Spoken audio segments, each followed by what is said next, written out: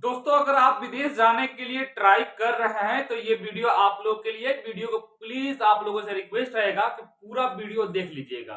और विदेश जाने से पहले, ट्राई करने से पहले, वीजा लगवाने से पहले आपको अपने एजेंट से, अपने ऑफिस वाले से कौन कौन से सवाल करना है इसके बारे में आपको हम बताएंगे। वीडियो को पूरा देखिएगा।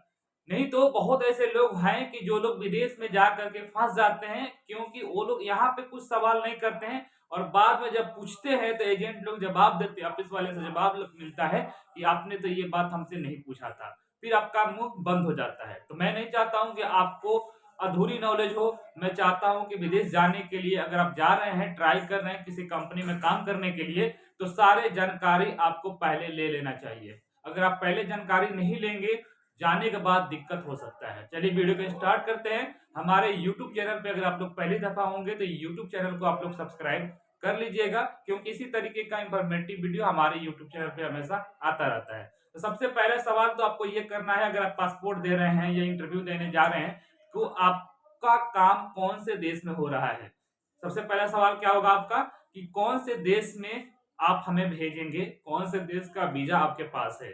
मानिए कि अगर बोलता है सऊदी, कुवैत, बहरीन, ओमान, किसी भी देश का नाम ले लेता है। मानिए कि सऊदी अरब का नाम लेता है कि आपको हम सऊदी अरब में भेजेंगे। तो सऊदी अरब में जब बोलता है तो आप पूछेंगे उनसे कि आप कौन से कंपनी में हमें भेजेंगे। कंपनी है या कपिल है, मुसासा है, क्या है वो। मानिए कि अगर बोलता है कि हम आपको कोई भी कंपनी में भेजेंगे, कंपनी का नाम लेता है XYZ, कोई भी कंपनी का नाम ले लेता है, तो आपको फिर पूछना है उससे कि कंपनी का एकोमोडेशन क्या ऐसा है, कंपनी हमें एकोमोडेशन देगी या नहीं देगी। एकोमोडेशन का मतलब होता है अगर हम जाएंगे तो कंपनी हमें रहने के लिए रूम देगा या नहीं देगा, रूम कैसा देगा, इसके बारे में पूछना है। ट्रांसपोर्टेशन के बारे में पूछना है आपको कि ट्रांसपोर्टेशन सिस्टम कैसा है उस कंपनी का। हमको काम जहां पर साइट रहेगा तो हमें गाड़ी पर बैठा करके लेकर के जाएगा, आएगा, या हमें खुद जाना है। पूछना जरूर है। मुझे पता है कि ऑलमोस्ट सारी कंपनी प्रोवाइड करती है, लेकिन आपका सवाल है, पूछना है। उसके बाद खाने के बारे में पूछना है कि मेस का खाना है या हमें खुद खाना बनाना है। मेस का खाना का मतलब ये होता है कि कंपनी खुद खाना बना करके अपने वर्कर को देती है 3 टाइम का, तो वो मेस का खाना हो जाता है। कंपनी खुद खाना बना कर देगी या हमें खुद खाना बनाना है। समटाइम्स ऐसा होता है कि खाना नहीं बनाकर कंपनी देती है, लेकिन खाने बनाने के लिए उनको पैसा दे देती है और कैंप में चिकन, मतलब किचन जो रहता है, किचन प्रोवाइड कर देती है। गैस चूल्हा वगैरह सारे चीज कंपनी दे देती है। बस आपको अपने हाथ से बना करके खाना होता है, लेकिन खाना का जो पैसा होता है कंपनी दे देती है। ठीक है, 200 दे, 300 दे, 400 दे, वो हर कंपनी का अपना अलग अलग पॉलिसी रहता है, उस हिसाब से आपको पैसा दे देती है। बहुत बार ऐसा होता है कंपनी ना खाना दे देती है, ना खाना देती है, और ना खाने का पैसा देती है, ना मेस देता है। तो फिर उसमें प्रॉब्लम आ जाता है, क्योंकि अपने पॉकेट से आपको खाना खाना होता है। तो ये खाने के बारे में पूछ लीजिएगा। उसके बाद पूछिएगा कि उस कंपनी में कितने घंटे का ड्यूटी है। जाहिर सी बात है, ऑलमोस्ट सारे देश का जो कानून है वो 8 घंटा है। नॉर्मल घंटा जो होता है 8 घंटा ड्यूटी होता है। 8 घंटा से ज्यादा अगर आप उस कंपनी में काम करेंगे तो आपको ओवर टाइम दिया जाएगा। तो इसके बारे में आप लोग पूछ लीजिएगा कंपनी का वर्किंग आवर कितना है। ठीक है, ओवर टाइम मिलेगा या नहीं मिलेगा। ओवर टाइम अगर काम कराएगा कंपनी तो उसका ओवर टाइम का पैसा देगी या नहीं देगी। कंपनी दे देती है, लेकिन ये आपका सवाल है, पूछने का जरूरी है। उसके बाद सबसे इंपॉर्टेंट चीज इंश्योरेंस के बारे में पूछ लीजिएगा कि मेडिकल इंश्योरेंस कंपनी प्रोवाइड करेगी या नहीं करेगी। अगर मेडिकल इंश्योरेंस प्रोवाइड कंपनी नहीं करती है तो फिर आप उस कंपनी में मत जाइएगा। मैं बोलता हूं इसलिए क्योंकि अपना सेहत का कोई भरोसा नहीं रहता है, कब हमारा तबीयत खराब हो जाए, कब हमारा सेहत में कोई भी प्रॉब्लम हो जाए। वहां पे अगर आप रहेंगे, विदेश में जाएंगे, आपको खांसी बुखार भी अगर हो जाएगा तो इतना ज्यादा पैसा लग जाएगा कि आपका जो सैलरी रहेगा, सैलरी भी लग सकता है वहां पे। तो इंश्योरेंस कंपनी को प्रोवाइड करना चाहिए। अगर कंपनी होगा तो कंपनी प्रोवाइड कर देती है सारे सिस्टम। लेकिन बहुत बार ऐसा होता है कि छोटे मोटे मुसासा के पास लोग जाके फंस जाते हैं। बहुत बार ऐसा होता है कपिल के पास जाकर फंस जाते हैं। तो उस वक्त में बहुत सारे दिक्कत का सामना लोगों को करना पड़ता है और मजबूरन वहां पे रुकना पड़ता है। तो इंश्योरेंस के बारे में जरूर पूछ लीजिएगा कि कौन से इंश्योरेंस देगी, कौन से क्लास के इंश्योरेंस देगी। क्योंकि इंश्योरेंस का भी जो कंपनियां होती है वो 2-3 तरह का प्रोवाइड करती है इंश्योरेंस प्रीमियम के ऊपर, जैसे कि पैसा कितना कंपनी देती है आपके इंश्योरेंस के लिए। ठीक है, तो बहुत बार ऐसा होता है कि स्टाफ लोगों का अच्छा प्रोवाइड करती है, उससे जो मीडियम लोग होते हैं जैसे फोरमैन वगैरह हो गया, सुपरवाइजर हो गया, तो उन लोगों का थोड़ा-सा लो करेगा। लेबर का सबसे लो कैटेगरी का प्रोवाइड किया जाता है इंश्योरेंस। तो इंश्योरेंस कौन सी कंपनी का है, कितना पैसा लगता है, एक बार तबीयत खराब होगा हमारा तो अगर हम जाएँगे हॉस्पिटल में, तो इंश्योरेंस वाला हमसे कितना पैसा चार्ज कर सकता है, कितना परसेंटेज हमको देना पड़ेगा, इसके बारे में आप लोगों को पता कर लेना है। क्योंकि बहुत बार मैंने देखा है, बहुत ऐसे लोग होते हैं कि जो लोग जाने के लिए तो चले जाते हैं, लेकिन जब तबीयत खराब होता है तो फिर उन लोगों को घर याद आता है। उसके बाद आप लोगों को पूछना है कि कितने साल के बाद हमको छुट्टी मिलेगा? 2 साल का एग्रीमेंट है या 3 साल का एग्रीमेंट है या साल भर का एग्रीमेंट है? मानिए कि 2 साल का जो एग्रीमेंट है आपका, तो 2 साल के बाद जब आप घर छुट्टी आएँगे, तो छुट्टी आते वक़्त आपको कंपनी टिकट देगी या नहीं देगी? जब छुट्टी आप आ रहे हैं, तो आते हैं जब छुट्टी, तो छुट्टी आते वक़्त आने और जाने के लिए जो फ्लाइट का टिकट होता है, वो कंपनी देगी या अपने पॉकेट से खुद हमें खरीदना है? इसके बारे में पता कर लीजिएगा।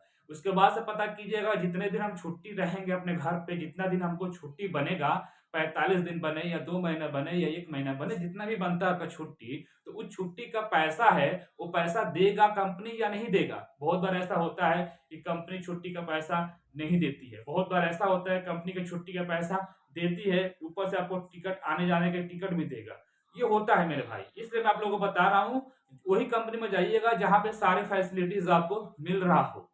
ये बात आप लोग ज़रूर पूछ लीजिएगा। एक बात और पूछिएगा कि in case of any emergency अगर होता है, तो इमरजेंसी में हमको कंपनी छुट्टी दे देगी या नहीं देगी? बहुत बार ऐसा होता है कि फैमिली मेंबर में किसी का तबीयत खराब हो जाता है, किसी का बुखार-खाँसी कुछ भी हो जाए या कोई मतलब बड़ा हादसा हो जाए घर पे, अल्लाह ना करे, खुदा ना करे किसी के साथ ऐसा हो, तो उस वक़्त अगर आप इमरजेंसी छुट्टी ले रहे हैं कंपनी से, तो कंपनी इमरजेंसी छुट्टी आने देगा या नहीं आने देगा। लास्ट में सबसे इम्पोर्टेंट बात ये है कि बहुत बार ऐसा होता है कि जो लोग सप्लायर वाले कंपनी में चले जाते हैं। सप्लायर का मतलब होता है कि जो लोग कंपनी में वो लोग छोटे-मोटे काम पकड़ के वो लोग काम कराते हैं। तो यहाँ से तो लोग चले जाते हैं, एजेंट लोग भेज देते हैं। वहाँ पे जाने के बाद ये सारा सिस्टम अच्छा से नहीं मिलता है। बाद में जो वीज़ा का पैसा होता है, यानी कि जो वहाँ का आईडी बनता है, इकामा बनता है, तो इकामा का पैसा भी छोटे-छोटे जो सप्लायर होते हैं, वो लोग काटने लगते हैं सैलरी से 200-400 रुपया करके। तो ये नहीं होता है और ये नहीं होना चाहिए। तो ये ज़रूर पूछ लीजिएगा कि यहाँ से तो हम जा रहे हैं, ऐसा तो नहीं है ना कि वहाँ जाने के बाद हमें वीज़ा का पैसा काटा जाए,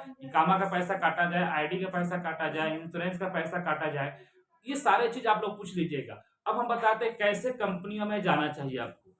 वैसे कंपनी में जाना चाहिए कि सबसे पहले कंपनी के बारे में पता कर लीजिए, कंपनी का नाम क्या है। उसके बारे में, उस कंपनी के बारे में आपको इन्वेस्टिगेशन करना है, पर्सनली चेक करना है, ये कंपनी कैसा है, लोगों से पता करना है, नेट पर चेक करना है कि कंपनी का रिव्यू क्या है, कंपनी टाइम पर सैलरी देती है या नहीं देती है। हम लोग सारे लोग वहाँ पे जाते हैं क्यों? क्योंकि हमको पैसा चाहिए, हम लोगों को पैसा कमाना है। और यहाँ से हम लोग पैसे के लिए जाएँ और वहाँ पे जाने के बाद सैलरी टाइम पे ना हो, 6 महीना, 4 महीना, 5 महीना सैलरी लेट मिल रहा हो, तो ऐसे कंपनी में जाकर क्या फ़ायदा? तो सैलरी टाइम पर मिलना चाहिए। सैलरी के साथ ही साथ आपको एकोमोडेशन अच्छा होना चाहिए, रहने के लिए अच्छा होना चाहिए। खाने के लिए अगर मेस नहीं है तो कंपनी खाने के लिए पैसा दे, या पैसे के साथ ही साथ कंपनी किचन प्रोवाइड करे, जहाँ पे आपको गैस सिलेंडर खरीदने की ज़रूरत ना हो। और उसके बाद से इंश्योरेंस अच्छा प्रोवाइड करे, अच्छे कंपनी का इंश्योरेंस प्रोवाइड करे, जितना हो सके कम परसेंटेज आपको वहाँ पैसा देना हो। उसके बाद से ऐसे कंपनी में आपको जाना चाहिए जहाँ पे स्टाफ वगैरह सब लोग सही है, टाइम पर सैलरी मिल रहा है और कोई भी तरह का दिक्कत नहीं है।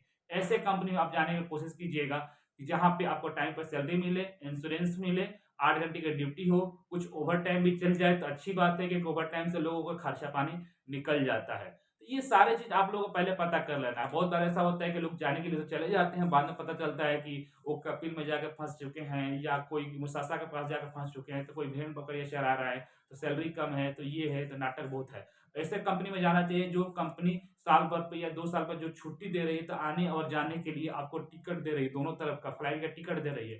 फ्लाइट के टिकट के साथ में जितने दिन आप छुट्टी में रह रहे हैं, उतने दिन का पैसा भी आपको देती है ऐसा कंपनी। ऐसा कंपनी में जाना चाहिए। ऐसे कंपनी में नहीं जाना चाहिए कि जहाँ पे जाने के बाद वीज़ा का भी पैसा आपसे वहाँ पर काटने लगे, आपका इंश्योरेंस प्रोवाइड ना करे, टाइम पर सैलरी भी ना हो, उसके बाद से छोटा-मोटा मुसासा हो, कंपनी अच्छा रहने के लिए भी उसका ठिकाना अच्छा नहीं हो, कभी कुछ दिन यहाँ पे रखता है, कभी कुछ दिन वहाँ पे रखता है, उसके पास अच्छा काम भी ना हो, अच्छा ट्रांसपोर्टेशन सिस्टम ना हो, अच्छा मेडिकल सिस्टम ना हो, तो फिर वैसे जगह पे जाके क्या फ़ायदा है? तो ये सारे चीज़ आप लोगों को जो मैंने बताया, जाने से पहले पता कर लेना है, उसके बाद ही अपना काम कराना है। अगर आप लोग आँख बंद करके सोचेंगे कि 1700, 1800, 2000 सैलरी है, हम चले जाएंगे। तो जाने के बाद जब वहां पे पता चलेगा ना, तब सारे सिस्टम के बारे में हमको पता चलेगा कि भाई हम तो आके फंस चुके हैं। हमने तो सोचा कि 2000 सैलरी है हमारा, हम ओवर टाइम लेकर 50,000 रुपये तक कमा लेंगे, और यहाँ आने के बाद हमारा ये काट रहा है, वो काट रहा है, इंश्योरेंस नहीं है, तबीयत खराब हो जाता है, एक बार जाते हैं डॉक्टर के पास 200-400 रियाल लग जाता है। तो ऐसा नहीं होना चाहिए।